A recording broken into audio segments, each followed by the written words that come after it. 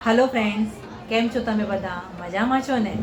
तो नॉर्मली આપણે કઢી પણ બનાવતા હોઈએ છીએ અને મેથીનું શાક પણ બનાવતા હોઈએ છીએ, પણ આજે હું તમારા માટે મેથીનું શાક અને કઢી આ બેનું કોમ્બિનેશન કરીને એક સરસ મજાની રેસીપી તૈયાર કરી છે।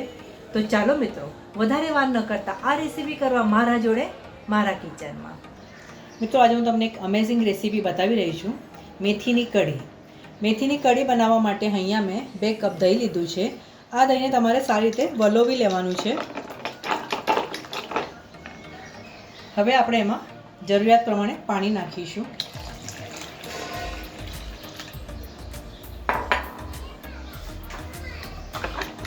પાણી નાખ્યા બાદ ફરીથી એકવાર આપણે એને હલાવી લઈશું। ત્યારબાદ આપણે એમાં 2 ચમચી ચણાનો લોટ લઈશું, हाफ टीस्पून हळदर, 1 થી 1.5 टीस्पून धाना जीरो, 1 થી 1.5 टीस्पून लाल मरचुं, पौणो चमचो गरम मसालो અને સ્વાદ પ્રમાણે મીઠું નાખીશું। બધા મસાલા નાખ્યા બાદ આપણે ફરીથી એકવાર સારી રીતે આને વલોવી લઈશું। એમાં ચણાના લોટના ગાંઠા ના પડે એ રીતે તમારે મિક્સ કરી લેવાનું છે। કઢાઈમાં આપણે થોડું તેલ ગરમ કરવા માટે મૂકીશું।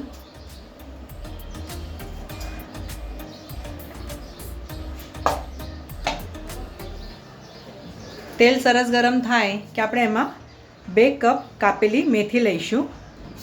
મેથીને ઝીણી સમારીને તમારે 3 થી 4 પાણીમાં ધોઈ લેવાની છે। અહીંયા મેં 2 કપ મેથી લીધી છે। મેથીને તમારે ધીમા ગેસ ઉપર સારી રીતે સાતળી લેવાની છે।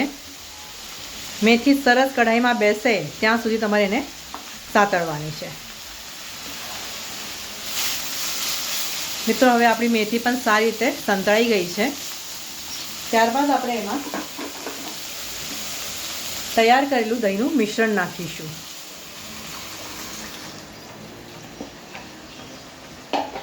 મિત્રો, આ કઢી તમને જેવી પાતળી જોઈએ એ પ્રમાણે તમે પાણી એડજસ્ટ કરી લેજો।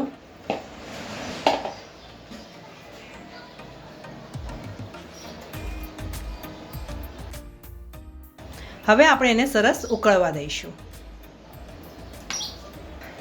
મિત્રો, હવે કઢીને સરસ ઉકળી આવી ગઈ છે। ત્યારબાદ આપણે એમાં 1 ચમચી ખાંડ નાખીશું। ખાંડ નાખ્યા બાદ આપણે એકવાર એને ફરીથી હલાવી લઈશું। હવે આ કઢીને તમે ધીમા ગેસ ઉપર ઉકળવા દેજો, ત્યાં સુધી આપણે આ કઢીને જે તડકો આપવાનો છે એની તૈયારી કરી લઈશું। હવે આપણે એક પેનમાં 2 થી 3 ચમચા ઘીને ગરમ કરીશું।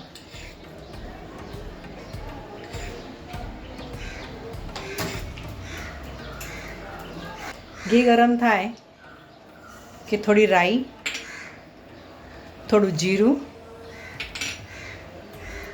થોડા આખા ધાણા, 2 થી 3 આવી રીતે લાલ મરચાંના ટુકડા, લીલો લીમડો, લસણ અને આદુની પેસ્ટ નાખીશું। 1 થી 2 ચમચા જેટલી મેં આદુ લસણની પેસ્ટ લીધી છે।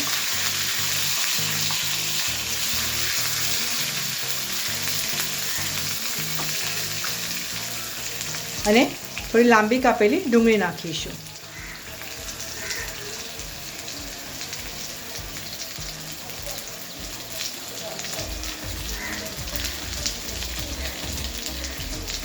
અહીંયા મેં 1 ડુંગળી લીધી છે। હવે આ ડુંગળી અને આ લસણ આદુની પેસ્ટ છે ને મિત્રો, સારી રીતે આપણે એને સાંતળી લઈશું। મિત્રો, હવે આપણી ડુંગળી સરસ સંતળાઈને તૈયાર છે। ત્યારબાદ આપણે એમાં 1/2 ચમચો લાલ મરચું નાખીશું। મરચું નાખ્યા બાદ આપણે એને મિક્સ કરી લઈશું। હવે આ તડકાને તમારે બનાવેલી કઢીમાં નાખવાનું છે। હવે આપણે એમાં આ રીતે બધો વઘાર નાખી દઈશું। વાવ, જોઈને જ તમને મન થયું ને આ રેસીપી કરવાનું। આજે જ તમે આ રેસીપી જરૂરથી ટ્રાય કરજો।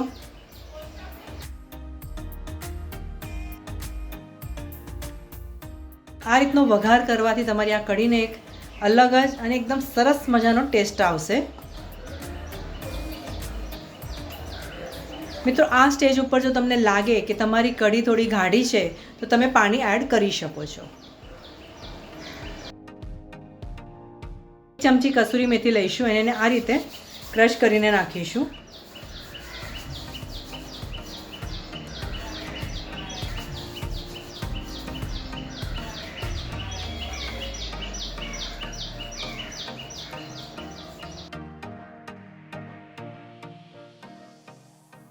કસૂરી મેથી નાખ્યા બાદ આપણે સારી રીતે મિક્સ કરી લઈશું. સરસ મજાની મેથીની કઢી મિત્રો ખાવા માટે તૈયાર છે. ઉપરથી આપણે આ રીતે ઝીણા સમારેલા લીલા ધાણાથી એને ગાર્નિશ કરીશું. મિત્રો, આ કઢીને સર્વ કરતી વખતે તમારે ઉપરથી આ રીતે ઘી નાખવાનું છે. સરસ મજાની મેથીની કઢી મિત્રો ખાવા માટે તૈયાર છે. આ વિડીયો જોયા બદલ તમારો ઘણો ઘણો આભાર. આવતા વિડીયોમાં આવી સરસ મજાની રેસીપી સાથે ફરીથી મળીશું. ત્યાં સુધી સરસ ખાઓ, સ્વસ્થ રહો અને ગુજરાતી રસોઈ જોતા રહેશો.